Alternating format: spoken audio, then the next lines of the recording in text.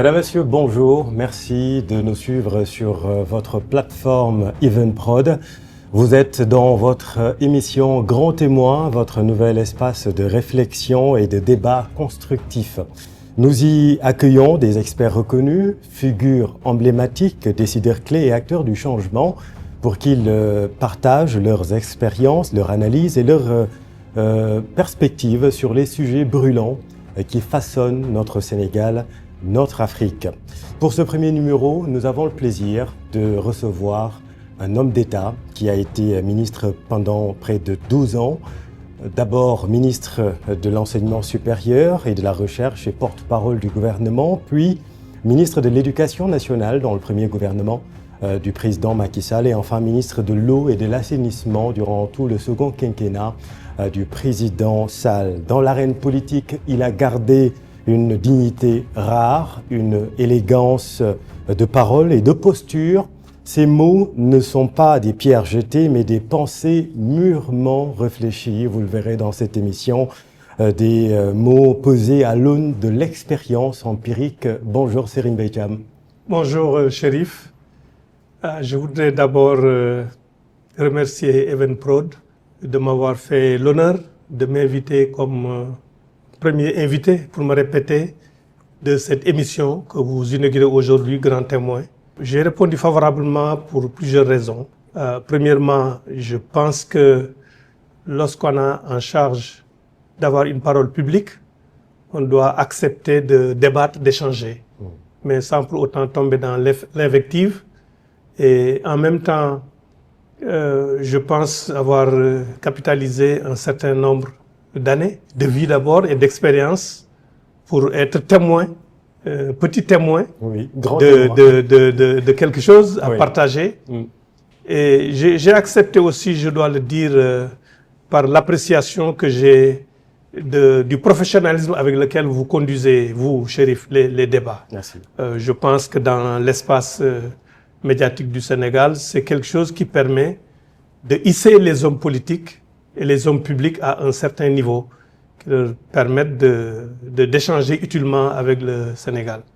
Donc je voudrais souhaiter plein succès à cette nouvelle initiative d'Evenprod et de façon générale souhaiter plein succès aussi à Evenprod. Merci beaucoup. En tout cas, Evenprod est très heureux et honoré de vous recevoir comme premier grand témoin de cette émission. Nous aborderons plusieurs sujets d'actualité, mais commençons par la politique, justement. Avec le dialogue national, vous vous êtes adressé publiquement au chef de l'État, Bassirou Diomaye Faye, pour dénoncer un rapport partiel et profondément non représentatif. Expliquez-nous pourquoi. Absolument. Le collectif des partis d'opposition qui avaient participé au dialogue national a jugé utile, après la présentation du rapport général du dialogue au chef de l'État, le président Bassirou Diomaye Faye, de réagir. Et ce n'est pas la première fois qu'on s'est adressé au chef de l'État. Je dois dire qu'à la clôture du dialogue, à la cérémonie de clôture, on avait lu une déclaration publique pour indiquer la façon dont nous avons vécu le dialogue. Et en tant que parti responsable, parce que le Sénégal a cette chance d'avoir une opposition actuellement ou pro, des partis significatifs ont eu à exercer le pouvoir. Oui. Et donc ces partis sont dans une démarche d'opposition responsable. Qui peine à exister, mais on va en parler dans... Ferme mais responsable. Oui. Voilà, ferme mais responsable. Donc nous avions aussi envoyé une lettre au chef de l'État pour lui dire les points d'accord qu'il y avait et notre appréciation du dialogue. Cette lettre est restée sans réponse. Je pense que cette lettre méritait réponse. Et quand le rapport a été déposé sans pour autant qu'il y ait une séance de validation, nous avons jugé utile cette fois-ci de lui adresser une lettre ouverte. Et pourquoi nous l'avons fait? Parce que tout le monde est témoin que la cérémonie de clôture du dialogue, avant la présentation des rapports des différentes commissions, le maître de cérémonie a répété 3 fois. C'est un rapport provisoire. Ce sont des rapports provisoires. Et cette plénière, il n'y a pas eu de débat. Oui. Après la lecture des rapports, le ministre de l'Intérieur est venu et puis a clôturé le dialogue. On s'attendait donc à ce que on convoque les parties prenantes, au moins pour adopter le rapport définitif. Mais le rapport définitif a été adopté sans les parties prenantes. Et il y a des points dans le rapport qui sont considérés comme des points d'accord, alors que ce sont des points de désaccord. Il y a d'autres points pour lesquels c'était des accords de principe. Mais lors de la remise au palais présidentiel, il y avait quand même beaucoup de parties prenantes. Non, la remise s'est faite par le bureau des commissions. Oui. Le bureau des commissions, c'est quoi? C'est le facilitateur général, Oui. Cher Gueye. les facilitateurs des différentes commissions et les rapporteurs. Et les observateurs étaient censés y être. Les observateurs représentant les partis politiques. Oui. Mais les observateurs de l'opposition n'ont pas jugé utile d'y aller parce que c'est la veille même au soir. Mais vous avez été invité. Qu'on les appelle. Non, c'est les observateurs. Ils sont membres des bureaux. Oui. Ils sont membres des bureaux des commissions. Mais qui sont membres de vos partis. Oui, mais ces personnes-là ont été informées la veille. Et dans le fond, qu'est-ce qui vous gêne? Parce que vous avez parlé de trahison. Pourquoi vous n'êtes pas adressé directement au facilitateur général, Cher Gueye, le docteur Cher Gueye, en lieu et place d'une lettre publique adressée au président de la République? Mais le bureau du dialogue, avec à sa tête le facilitateur général, je pense qu'aurait dû, comme ce bureau lui-même a indiqué au moment de la clôture que c'est un rapport provisoire, avant de le rendre définitif, de consulter l'ensemble des parties prenantes pour s'assurer que les conclusions qui sont dans le rapport à remettre au chef de l'État correspondent aux accords qu'il y avait eu. Parce que ces accords-là, nous les avons notés.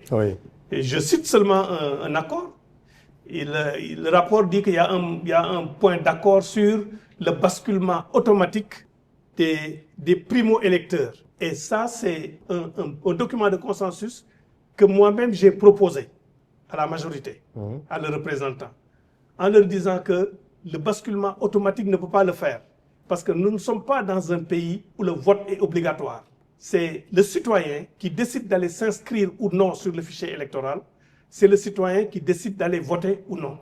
Maintenant, comme nous avons eu un accord pour mettre en place un dispositif permanent d'inscription sur le fichier électoral, ce qu'on va faire, c'est que le jeune électeur, quand il va chercher sa carte nationale d'identité, qui est la pièce requise pour s'inscrire dans le fichier électoral, on l'informe de son droit qu'il y a de s'inscrire tout de suite.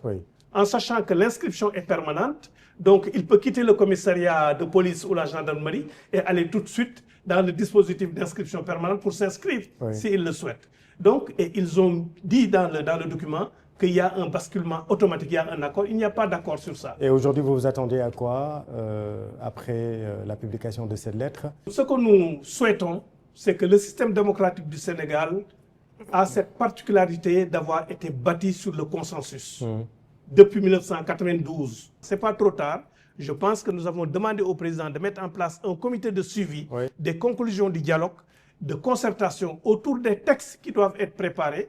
En ce moment-là, on pourra revenir sur toutes ces questions-là. Un arrêté a été pris d'ailleurs. Un arrêté a été pris pour mettre en place, pas un comité de suivi, mais un comité de rédaction des textes.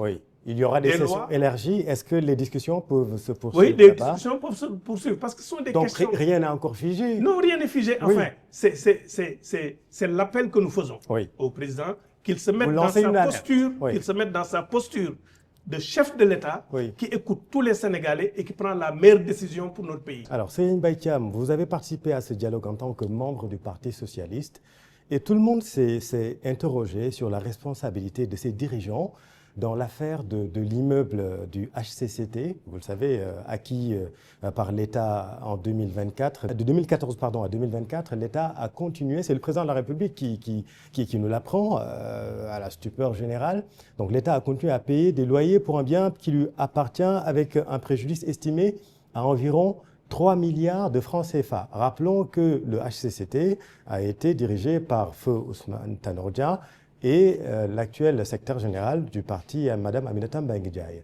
Est-ce que votre formation politique n'a pas quand même une responsabilité dans cette affaire? Non, pas du tout. D'abord, il faudra préciser qu'il y a une discordance au niveau des dates. Le président a dit que cet immeuble-là a été acquis depuis 2014. Et de 2014 à 2024, on a payé des loyers alors que l'immeuble appartenait à l'État.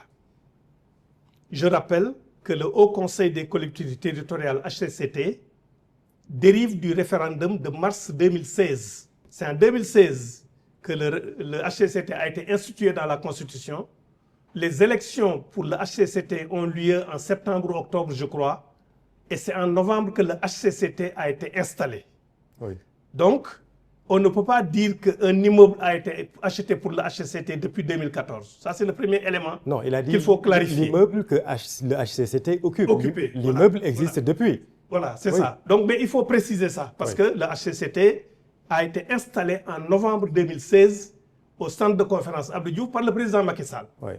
Bon, maintenant, ce qu'il faut aussi noter, c'est que ce soit le HCCT, que ce soit un autre organe de l'État, Oui. un ministère même, Oui.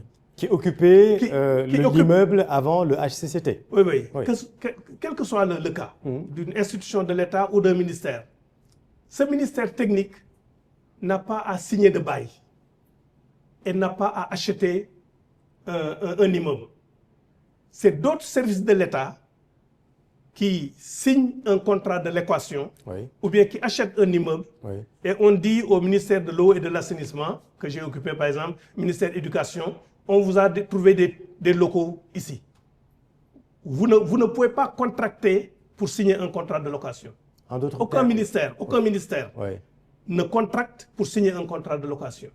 Donc, nos dirigeants, que ce soit Ousmane Tanor Dieng ou Aminata Mbengue Ndiaye, qui ont occupé la tête du HCCT, sont totalement étrangers aux transactions ou bien aux contrats de location qu'il y avait. Oui, mais vous étiez dans le gouvernement. Oui, je suis dans le gouvernement. Qu'est-ce qui s'est passé? Maintenant, Comment non, on a je pu ne sais pas, parce que moi, arriver je l'ai- à cette situation? je l'ai Parce que découvert. c'est le président qui l'a dit. Oui, Donc oui, il c'est ne le peut président pas qui l'a dit. dire des choses comme ça. Il a forcément des preuves. Absolument, absolument. Certainement, il a des preuves. Oui.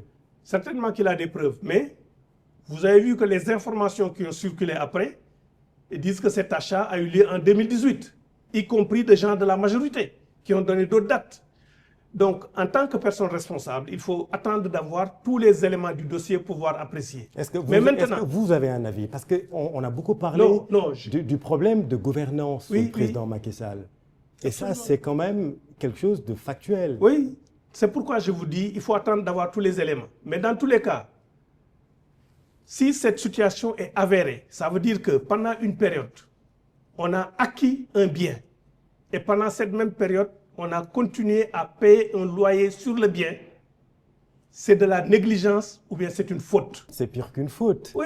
C'est un détournement. Non, on ne sait pas. On ne sait pas. Si, quand même, c'est le président de la République qui le dit. Oui, mais vous doutez de sa bonne foi? Non, non, je ne dis pas que le président n'a pas dit, n'a pas qualifié cela. Oui, il n'a pas qualifié. Il n'a pas qualifié. Mais les faits parlent d'eux-mêmes. Ce que je veux dire, Chérif, ça peut être des problèmes de coordination entre services.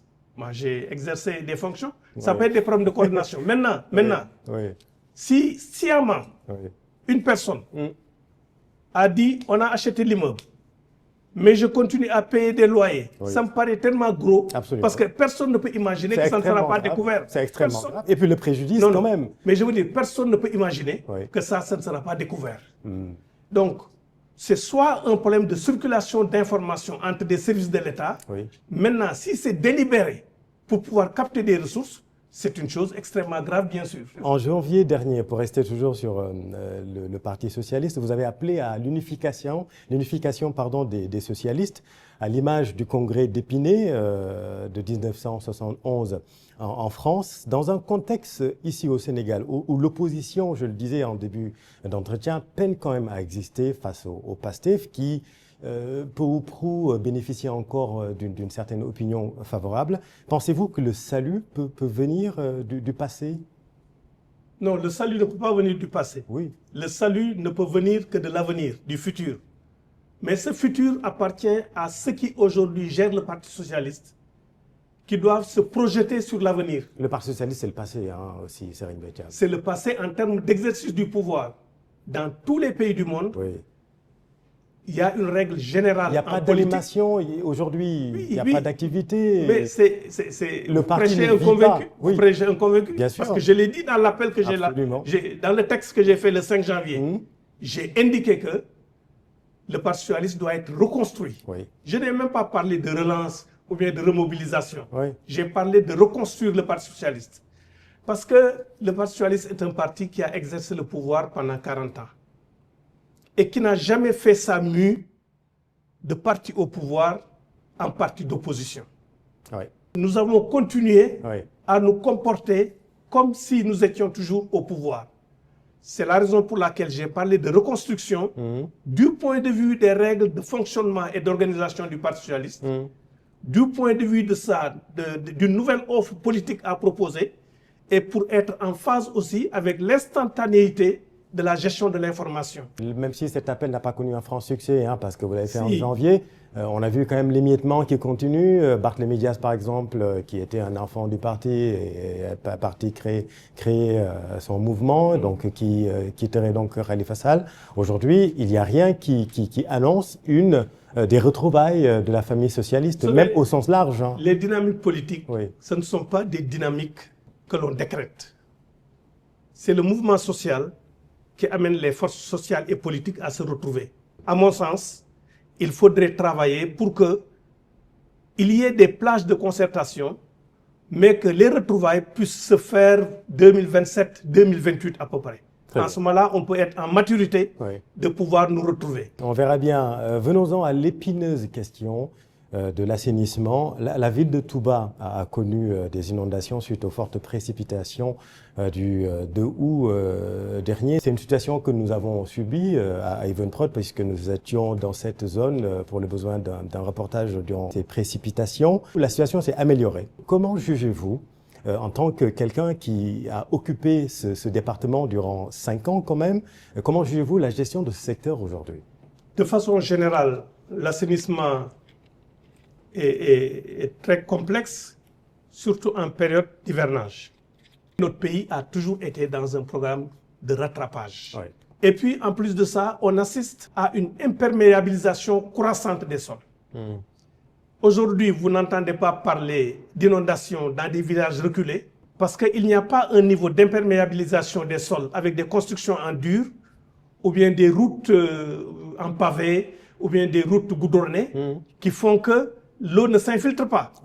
Donc, à Touba, c'est exactement le même problème qui se pose. Touba a grandi. L'urbanisation rapide est souvent non contrôlée. Non contrôlée. Et en plus de ça, à Touba, les premiers réseaux d'assainissement d'eau pluviale datent de 2003 avec le président Wade qui avait fait installer une station de pompage. Touba a connu beaucoup de retard. Voilà, beaucoup de retard en matière d'assainissement. Absolument. Aujourd'hui, le programme qui a été inauguré par le Premier ministre à Nguélémou est un programme dont j'ai obtenu le financement en 2022 quand j'étais ministre de l'eau et de l'assainissement. Les travaux ont démarré en 2023. Là aussi, c'était un programme, je peux dire, d'urgence. Parce qu'on venait d'assister à des inondations autour du bassin de Kernian, qui est le premier bassin qui a existé dans Touba. Et il fallait créer un autre bassin.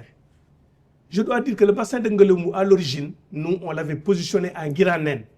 Parce que Ngiranen, à Touba, est le point bas.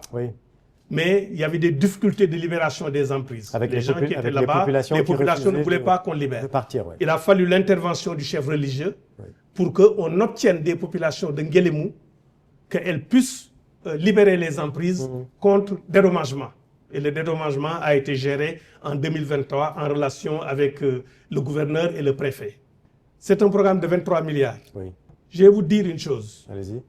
À l'époque, quand on avait demandé à des entreprises de faire les travaux de Touba, on a reçu une proposition de plus de 100 milliards pour traiter tout le reste. Parce que 23 milliards, c'est une étape seulement. 23 milliards, c'est seulement pour Nguélémou. Hein. Oui, c'est pour Nguélémou, enfin, pour Nguélémou et Kernian, je vais vous dire.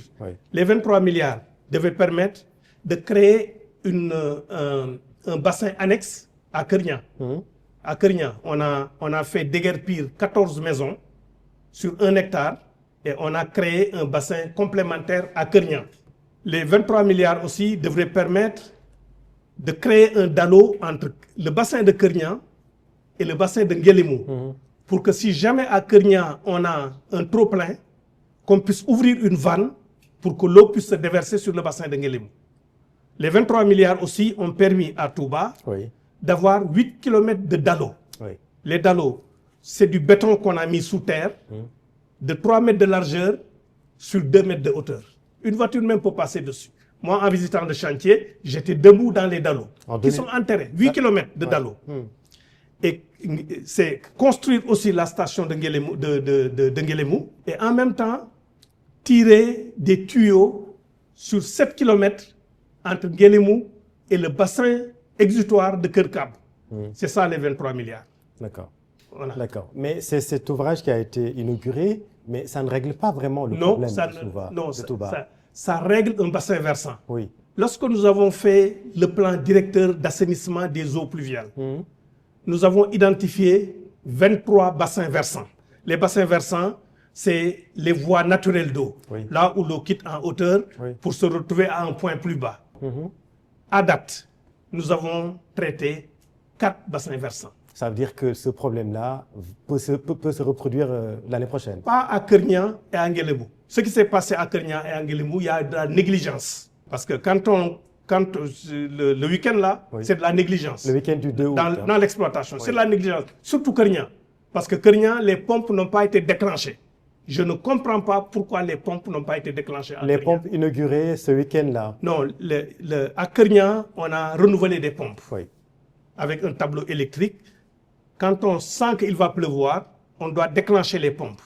Quand on déclenche les pompes, l'eau va venir de façon gravitaire dans le bassin et les pompes vont pomper l'eau pour l'amener au niveau des bassins de Darou Rahman et de Pofdi, qui sont aussi des bassins exutoires en dehors de Touba. Les pompes n'ont pas été déclenchées. C'est ça qui fait qu'il y a eu un refoulement de l'eau au niveau de la mosquée, au niveau de la résidence de Serigne Touba. Il y a de la négligence, je crois, dans l'exploitation. Pour régler ce Je n'ai problème. pas compris aussi pour Nguélémou, pourquoi aussitôt que le Premier ministre est parti, nous avons arrêté le pompage. Parce qu'il faut comprendre qu'il y a une différence entre le bassin de Kernian, le bassin annexe de Kernian, le bassin de Nguélémou et les bassins de Darou Rahman et de Pofdi et de Keur Kab qui sont en dehors de la ville de Touba. Vous l'avez dit, ce qu'il faut, c'est une solution structurelle. Oui. Parce que tout ce que vous dites là, c'est quand même conjoncturel. Touba, j'ai fait une petite démonstration, si vous le permettez. Allez-y. Touba, c'est 120 km². 120 km², lors des dernières pluies, vous avez dit 139 mm de pluie. 139 mm à Touba. Moi, j'ai entendu le soir même 143 mm. C'est ça. Si vous avez 143 mm, quand on dit qu'une pluie, c'est 143 mm, ça veut dire, pour que ce soit compris par tout le monde, c'est 143 litres d'eau qu'on verse sur 1 mètre carré. C'est ça que ça veut dire. Si vous avez une pluie de 143 mm sur 120 km², c'est 17 160 000 mètres cubes d'eau. Le bassin de Darou Rahman, qui est un bassin exutoire, ça veut dire un bassin de stockage permanent, il fait 260 mètres cubes. Le bassin de Pofdi, extérieur à Touba aussi, il fait 600 000 mètres cubes. Keur Kab, c'est une ancienne carrière qui fait 60 hectares qu'on avait identifié quand j'étais ministre pour en faire un autre bassin. 60 hectares, si vous avez une hauteur d'eau de 3 mètres à peu près, c'est 1 800 000 mètres cubes. Au total, vous avez 2 600 000 mètres cubes. Si vous avez 17 millions de mètres cubes qui tombent à Touba, avec un taux d'infiltration de 20%, il va vous rester peut-être 13 millions de mètres cubes. On est loin du compte. Vous ne pouvez pas les faire absorber.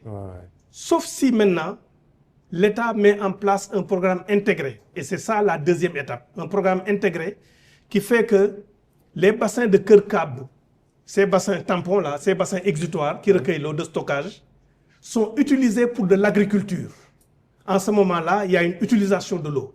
Sinon, moi je pense que si nous voulons aller vers le long terme, Touba est dans le bassin versant des fleuves du Sine et du Saloum. Quand toutes ces villes n'existaient pas, l'eau qui venait de Touba allait vers les fleuves Sine et Saloum. Ce qu'il faudrait, comme on l'a fait ici dans la banlieue dakaroise, il faudra nécessairement, à mon sens, faire déguerpir des populations et restaurer les voies naturelles d'eau. Et je pense que c'est vers ça qu'il faudra s'orienter. En attendant, il faut faire des programmes d'urgence pour régler les... Oui, mais les programmes d'urgence, vous aviez même... il faut sortir justement de ces programmes, Serigne Mbaye-Thiam. Mais vous aviez même créé un plan décennal. Entre 2012 et 2022, l'État a investi près de 718 milliards sur des ouvrages, dans la construction d'ouvrages et de stockage des eaux pluviales. Mais le problème reste entier. Oui. là où ça a été investi, Oui, les problèmes d'inondation ont été réglés. Je vais vous dire que après ce plan décennal qui a expiré en 2022, c'est ça. le ministère avait élaboré un deuxième plan décennal. Oui. Et ce plan décennal-là se montait à peu près à 1400 milliards de francs CFA. Donc, il faut des solutions d'urgence pour Touba, pour contenir pendant 2 ans, 3 ans. Et pour tout le Sénégal Et aussi. en même temps, pour tout le Sénégal. Oui. C'est-à-dire qu'il y a des... par exemple, quand je prends l'exemple de Kermassar, les inondations qu'on avait, on n'en entend pas plus parler actuellement parce que ça a été traité. Et on est en train de prendre des solutions qui sont basées sur la nature. Alors, Et je voudrais aussi manifester mon soutien et ma solidarité Oui. à toutes les familles qui ont été victimes de ces inondations-là, parce que je pense que ce n'est pas de gaieté de cœur Oui. qu'on sort de sa maison et qu'on voit l'ensemble de ces meubles-là être endommagés par ces pluies. Donc je voudrais manifester ma solidarité à toutes les familles qui ont été touchées. Et précisons que la situation est revenue relativement à la normale, hein, puisque tout ce que nous disions s'est déroulé durant le week-end du 2 août dernier. La situation aurait pu ne pas en arriver là Oui. s'il n'y avait pas des négligences. Toute autre chose, Serigne Mbaye Thiam, le Sénégal a signé un contrat renégocié avec le groupe Aqua Power pour la construction d'une usine de dessalement d'eau de mer de la Grande Côte. Et ce n'est pas une surprise pour vous. Nous avons eu cet échange dans un autre cadre et vous étiez catégorique pour vous. Le Sénégal n'avait pas le choix, l'État allait signer ce contrat. Sur quoi vous vous basiez réellement? Mais je me suis basé sur le schéma directeur d'approvisionnement en eau qu'on appelle du triangle Dakar-Thiès-Mour, qui est une zone qui concentre 80% de la consommation en eau. Lorsque nous avons fait ce schéma directeur, des besoins en eau étaient clairement identifiés à l'horizon 2030, à l'horizon 2035, Oui. y compris à l'horizon 2050.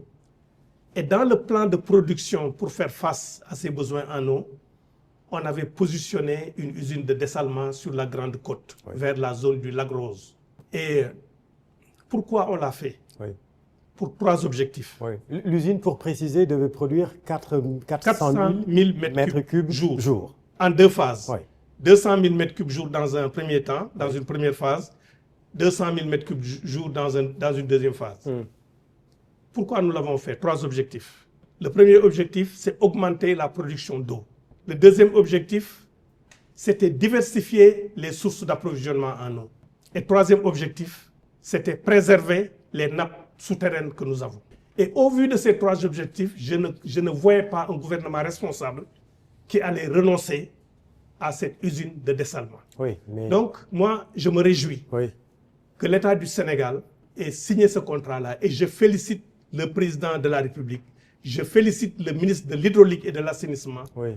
d'avoir finalement compris que ceux qui étaient là n'agissaient que dans le cadre de l'intérêt de notre pays. Oui, mais le gouvernement responsable a fait mieux que vous, c'est-à-dire ils ont renégocié. Le ministère a même publié un tableau comparatif de l'ancien et du nouveau contrat avec plusieurs avantages pour notre pays, dont un allègement financier pour l'État de 20 milliards à 17 milliards de francs CFA et une baisse du prix de l'eau de 9%, passant de 427 à 389,8%. Cheikh Tidiane Dièye a-t-il mieux défendu les intérêts du Sénégal, mieux que vous, Serigne Mbaye Thiam?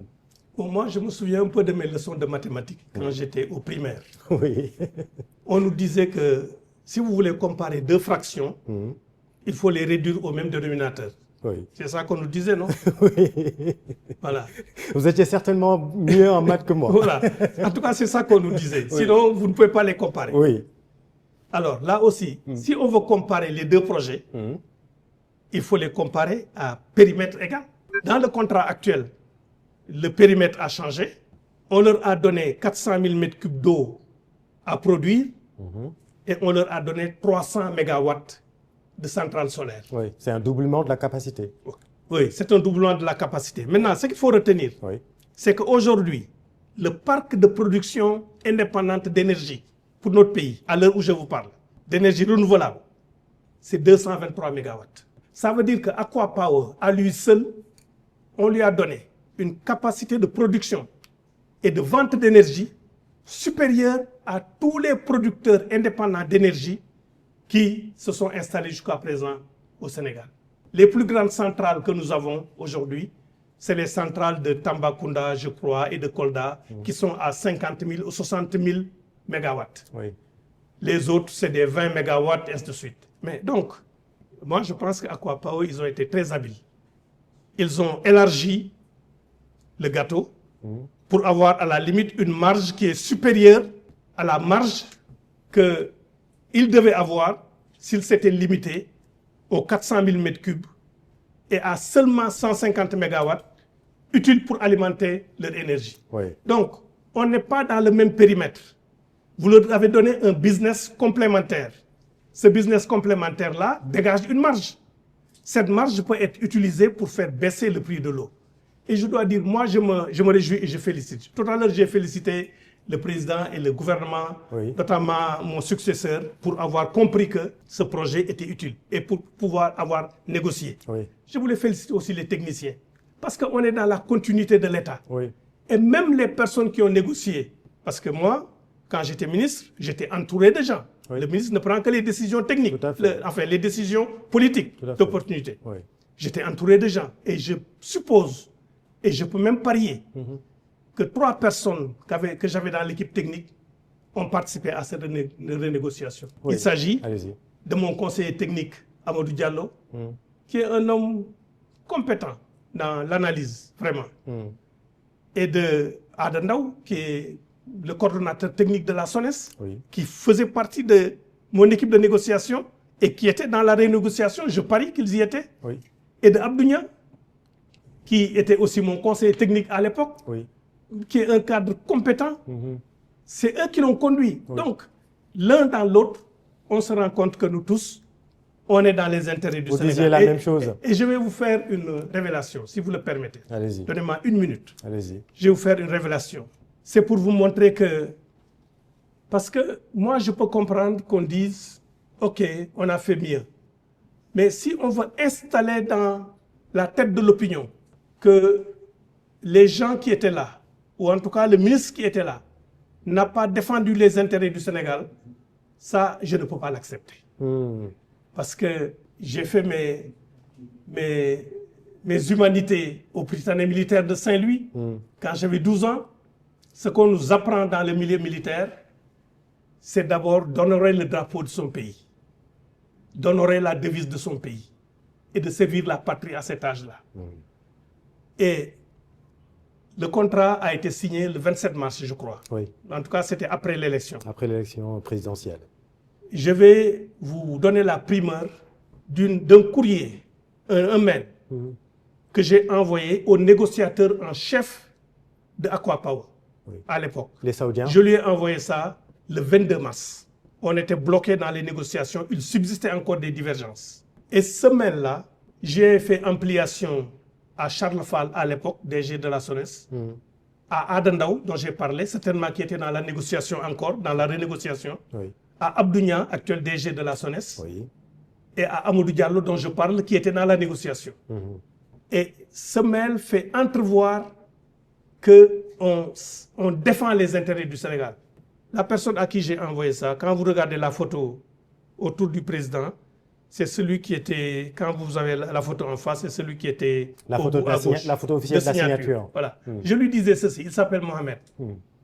Je lui disais l'objet, projet de Grande Côte de dessalement, finalisation. Je lui ai envoyé ça le 22 mars, 5 jours donc avant la signature. Bonjour Mohamed, je vous remercie pour la diligence et pour tout le temps pris pour faire avancer le dossier de partenariat public-privé de l'usine de dessalement de la Grande Côte. Comme noté lors de la réunion que j'ai présidée hier, parce que la veille j'avais présidé une réunion, il subsiste des points de divergence et d'autres à clarifier. Ce projet va au-delà d'une simple relation d'affaires entre 2 entreprises, SONES et Aqua Power. Ce projet entre dans le cadre plus global de l'extension et de l'approfondissement de la coopération entre le Royaume d'Arabie Saoudite et le Sénégal. À ce titre, il a été initié et porté par les plus hautes autorités des deux pays.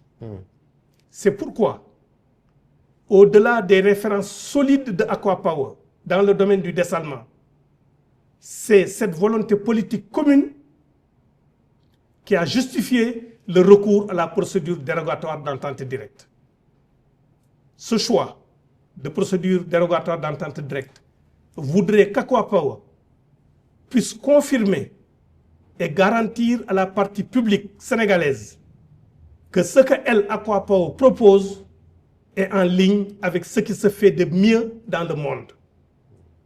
Dans ce projet, le Sénégal et Aqua Power partagent un risque de réputation si jamais il y a par la suite des benchmarks qui notent des manquements.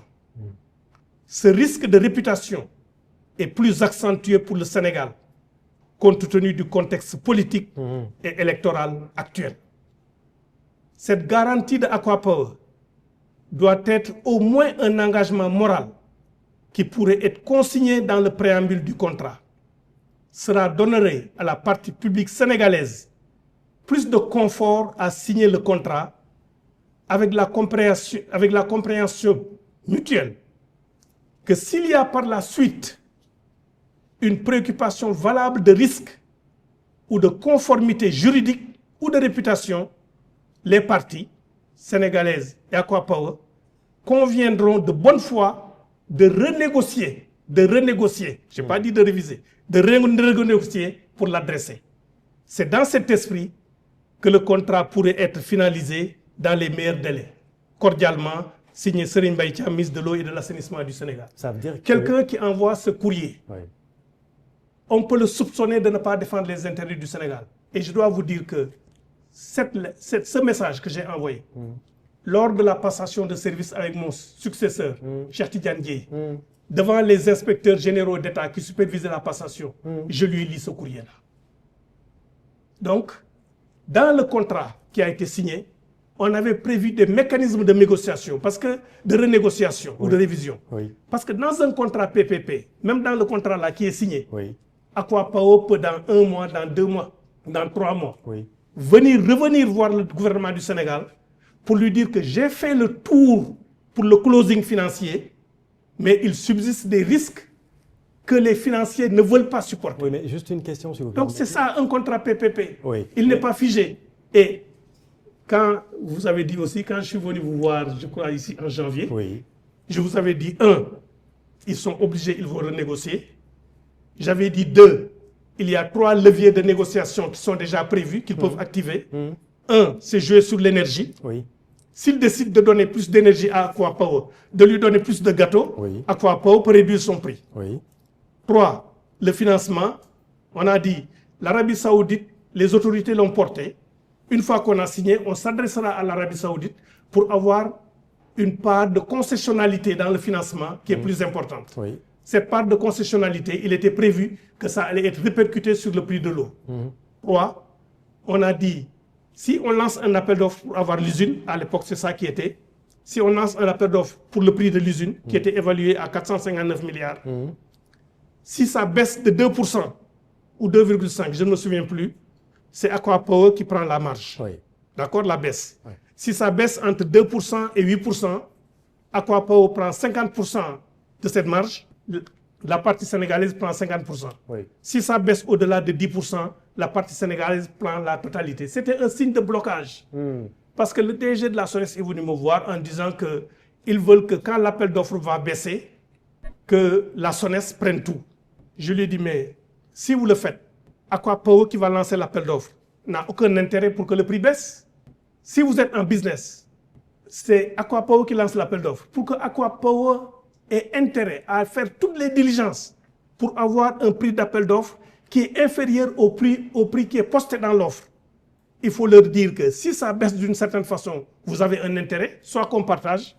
Et finalement, c'est ça qui a été retenu. C'est ça qui a été Ils ont mis Oui. d'autres baisses. Voilà, c'est ça que je voudrais dire Oui. sur cette affaire-là. Mais pour moi, c'est le Sénégal qui a gagné, c'est l'État du Sénégal qui a gagné. Il faut s'en réjouir et féliciter tous ceux qui ont travaillé avant et ceux qui ont travaillé après. Féliciter le président Macky Sall qui a eu cette vision de dire il faut une usine de dessalement ici et féliciter ces gens qui finalement ont compris, qui ne se sont pas enfermés parce qu'au début, ils ne parlaient pas de négociation. Ils ont dit que le projet est abandonné. Ça ne correspond pas à leurs priorités. Oui. Et c'est le grand transfert qu'ils vont mettre en œuvre. Maintenant, s'ils reviennent à d'autres décisions, il faut les en féliciter et s'en réjouir pour notre pays, pour le Sénégal. Ce contrat a été signé 3 jours après l'élection présidentielle. Comment se fait-il? Mais moi, je suis totalement d'accord pour qu'on le signe. Parce qu'un État ne vit pas au rythme des élections. Jusqu'à la veille, jusqu'au 1er avril, Oui. le président de la République pouvait prendre des décrets et des mesures. Maintenant, il est de... C'est moralement acceptable oui, bien sûr, qui engage quand même le pays. La preuve, ce contrat a été renégocié. Bien sûr, oui, mais ça a été renégocié. Mais fondamentalement, le contrat n'a pas été remis en cause. Et on se rend compte donc que le président l'avait fait dans l'intérêt du Sénégal, qu'il avait signé ce contrat-là. Il l'avait fait dans l'intérêt du Sénégal. Jusqu'à la veille, si on est républicain, et on dit que notre pays doit fonctionner même en cas de période électorale. Oui. Jusqu'à la veille de la passation de pouvoir, on peut signer. L'autre question... Les États-Unis, qui est une très grande démocratie, Oui. jusqu'à la veille, le président Biden, il a signé des décrets et des actes exécutifs. Oui. C'est ça un pays. L'autre question d'actualité, c'est le plan de redressement annoncé par le Premier ministre Ousmane Sonko. Il a pour objectif de mobiliser plus de 5 600 milliards sur la période 2025-2028, tout en ramenant le déficit budgétaire à 3% du PIB. D'abord, quelle est votre appréciation globale de ce plan et de son efficacité, sa pertinence? J'ai eu 2 problèmes. C'est un problème de cohérence et d'articulation avec les autres outils de planification qui ont été annoncés. C'est le premier problème que j'ai. Le deuxième problème que j'ai, c'est que quand j'ai entendu l'exposé, je me suis dit, mais ce n'est pas un programme de redressement économique, c'est un programme de stabilisation financière, ou bien c'est un programme de redressement budgétaire. Parce que tout ce qui a été annoncé, c'est du financier, c'est du budget. On va lever des taxes, on va recycler des actifs, c'est tout ce qui a été annoncé. Donc ça, c'est plutôt une orientation budgétaire. J'y pense encore plus parce que lorsque le plan a été exposé, si on est dans une démarche économique, on doit dire aux Sénégalais que ce plan va nous permettre de créer de tant d'emplois, va avoir ses impacts économiques. Je cite seulement un exemple. Le Premier ministre dit qu'on va avoir une réforme sur les terres agricoles pour permettre aux paysans d'avoir un titre qui leur permet de lever des financements pour essayer de financer leur activité agricole. Dans le principe, c'est une bonne chose. Oui. Mais si on est dans une vision économique, ce n'est pas le fait de vendre la terre pour avoir des ressources qui est important. Ce qui est important au plan économique, c'est de dire, nous avons tant de kilomètres carrés de terre qu'on pourra vendre. Si nous les vendons, les agriculteurs peuvent aller lever des fonds. Lorsqu'ils vont lever des fonds, voilà l'impact que ça va avoir sur notre PIB, voilà l'impact que ça va avoir sur le nombre d'emplois créés, voilà l'impact que ça va avoir sur notre autosuffisance alimentaire. Là, on est dans l'économie. Mais sinon, on est seulement dans la recherche de fonds. Oui. Je cite un autre exemple. Oui. Le Premier ministre dit, bon, on va faire passer l'âge des véhicules qu'on peut importer de 8 ans à 10 ans. Mais quand vous le dites, vous en tirez des conséquences au plan économique, pas seulement financier. Parce que là, vous êtes en train de dire seulement, OK, on va avoir des recettes douanières complémentaires. Mais vous allez avoir des recettes douanières complémentaires pour des véhicules qui vont coûter 3 millions. Oui. Mais vous allez avoir des pertes de recettes douanières pour des véhicules neufs. Parce que si vous l'autorisez, vous baissez le chiffre d'affaires des concessionnaires qui vendent des véhicules neufs. Premier élément de raisonnement économique global. Deuxième élément de raisonnement économique global. À Dakar, avant qu'on ne lance le programme d'amélioration de la mobilité urbaine, les études avaient montré que les embouteillages coûtaient 100 milliards en économie. Les 100 milliards, ce n'est pas 100 milliards que l'État sort. C'est les gens qui perdent leur temps dans les embouteillages. Embouteillage, tout à fait. Mais aujourd'hui, à Dakar, on a des problèmes pour circuler. Si vous amenez ces véhicules supplémentaires-là, sans pour autant raisonner sur le plan de mobilité urbaine Oui. qui permet d'absorber ce trafic complémentaire. Vous allez amener des véhicules, Oui. vous allez avoir des embouteillages qui ont un impact économique et qui sont des pertes de recettes. Alors, C'est cette vision holistique économique que je n'ai pas vue dans le que vous n'avez pas vu dans le programme. Alors, le FMI, vous en parlez, donc une mission est attendue dans la dernière décade de ce mois. Tout le monde s'accorde à dire maintenant qu'un accord est impératif.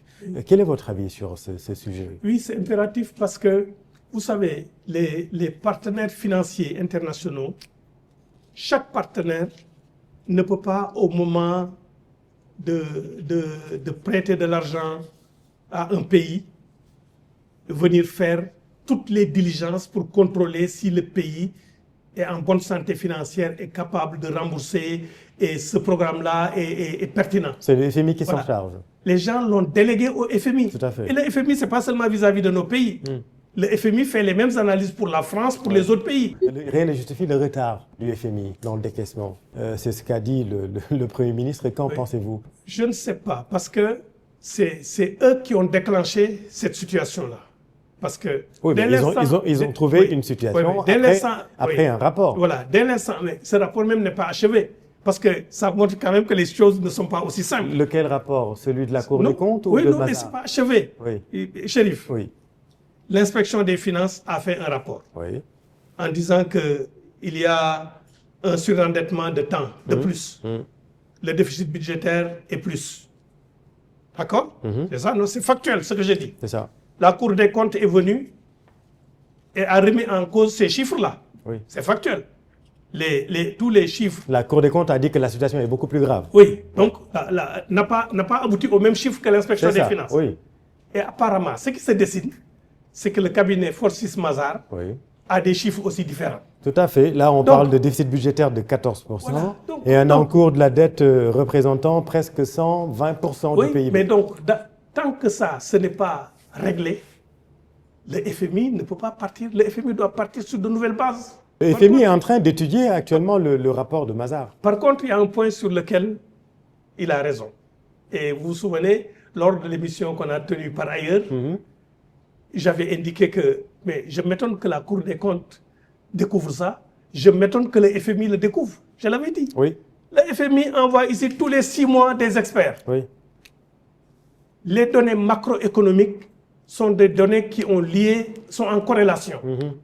Si vous avez un taux d'endettement, ça a un rapport avec le taux d'investissement, ça a un rapport avec la croissance économique, ça a un rapport avec l'inflation, ça a un rapport avec les emplois créés. Oui, oui. Le FMI ne peut pas découvrir ça.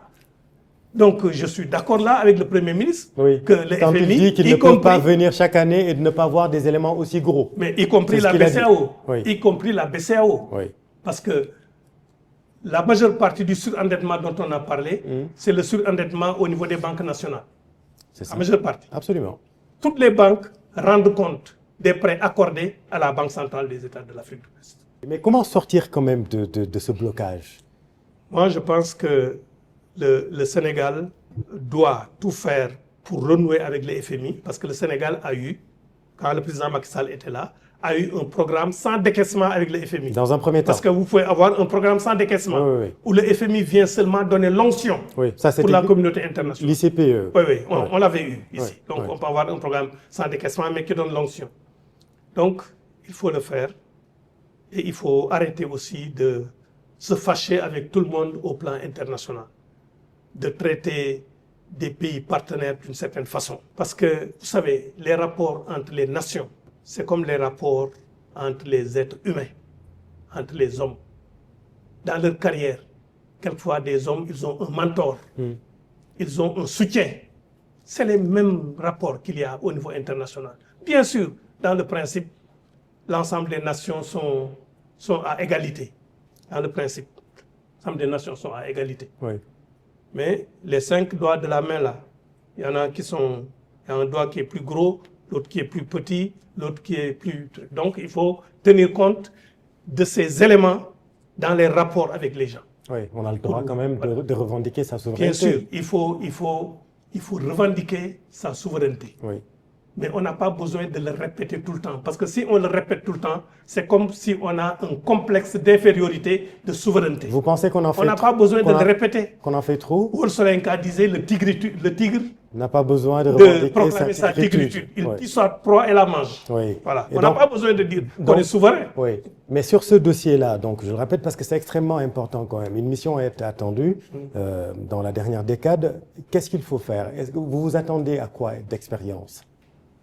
Moi, je Est-ce pense qu'un accord peut être trouvé très rapidement? Je pense. Maintenant, ce qu'il faudrait, c'est s'entendre sur un plan d'ici 3 ans ou 4 ans pour ramener l'ensemble des agrégats économiques dans une situation bancale. Oui. On va parler de la justice. Le ministère a récemment déclenché une enquête sur les émeutes de mars 2021. Selon vous, quelle est l'importance de ce travail de mémoire et de justice pour la réconciliation nationale et comment le gouvernement doit-il garantir un processus équitable et transparent pour tous les acteurs? C'est de faire des enquêtes impartiales et d'aller au bout.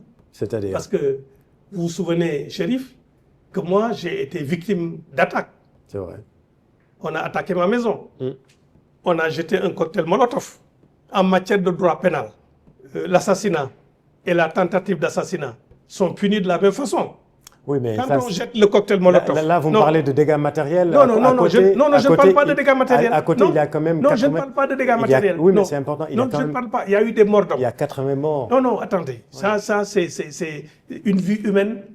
On ne peut pas comparer ça à autre chose. Absolument. Mais ce que je veux dire, quand vous avez un mur, vous jetez dans un salon un cocktail Molotov, vous ne pouvez pas tuer quelqu'un. Si. Parce que vous ne savez pas s'il y a un malade, s'il y a une personne qui est à mobilité réduite. Donc c'est exactement pareil, je veux dire, la tentative d'assassinat. Et maintenant, ce qu'il faudrait effectivement, c'est qu'il y a des gens qui sont traumatisés. Ils se disent comment ça a pu arriver. Oui. Peut-être c'est utile d'avoir une part de vérité qui permet à notre pays de ne plus vivre cela. Maintenant, il y a la loi d'amnistie qui a été confirmée par le Conseil constitutionnel. Oui.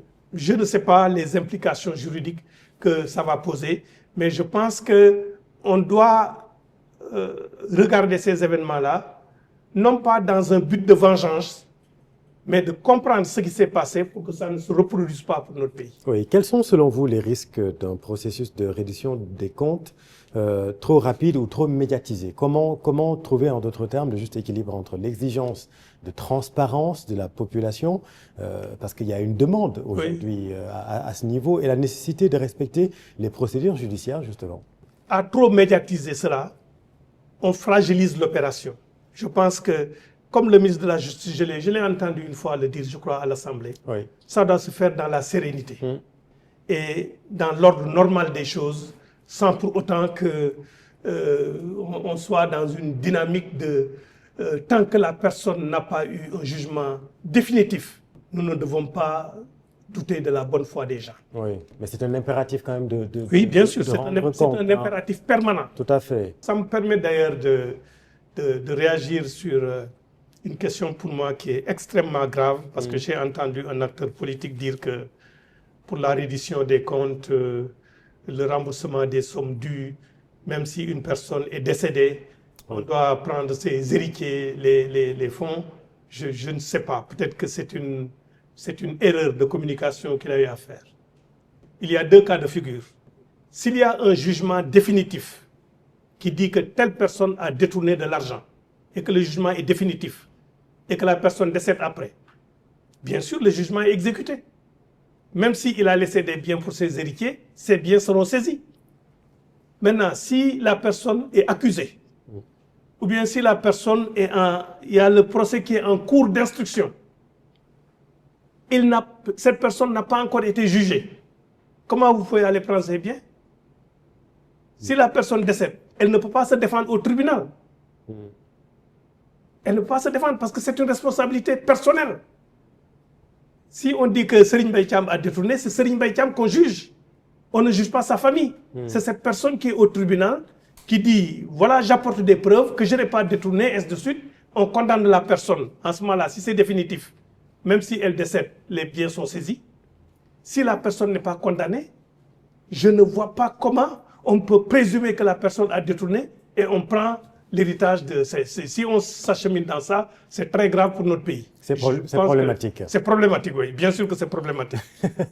Merci beaucoup, Serigne Mbaye Thiam. Oui, merci. Merci d'avoir été notre premier grand témoin. Merci d'avoir essuyé les plâtres, comme on dit, à cette occasion. En tout cas, c'était un immense plaisir de vous recevoir. Moi aussi, parce qu'on a abordé des questions de fond. Et j'essaie, comme je vous l'ai dit, moi je n'ai pas de problème qu'on me pose des questions. Oui. Parce que je dis exactement ce que je pense. Voilà. Et ce que j'ai dit ici, c'est ce que je pense. Je peux me tromper. Une autre personne peut avoir un autre point de vue. Je suis prêt à en débattre. Si je suis convaincu, je change d'avis. Voilà. Mais les questions qu'on a abordées sont des questions importantes. Et pourquoi j'aime un peu ce type de débat? Parce que je ne voudrais pas que le débat public dans notre pays soit circonscrit seulement aux questions politiques. Est-ce que vous êtes d'accord sur cela? Est-ce que vous êtes telle personne est partie ici? Qu'est-ce que vous en pensez? On doit discuter. Les acteurs publics, quand on les accueille, on doit leur dire qu'est-ce que vous pensez de l'éducation, qu'est-ce que vous pensez de la santé, qu'est-ce que vous pensez de l'agriculture, de l'industrie. C'est ça qui fera avancer notre pays. Sinon, c'est trop facile d'être homme politique parce que vous parlez de généralité sans pour autant aborder les questions de fond. Merci beaucoup, Serigne Mbaye Thiam. Et merci à vous, chers téléspectateurs. On se donne rendez-vous dans un prochain numéro de votre nouvel espace de réflexion et de débat constructif, grand témoin. À bientôt.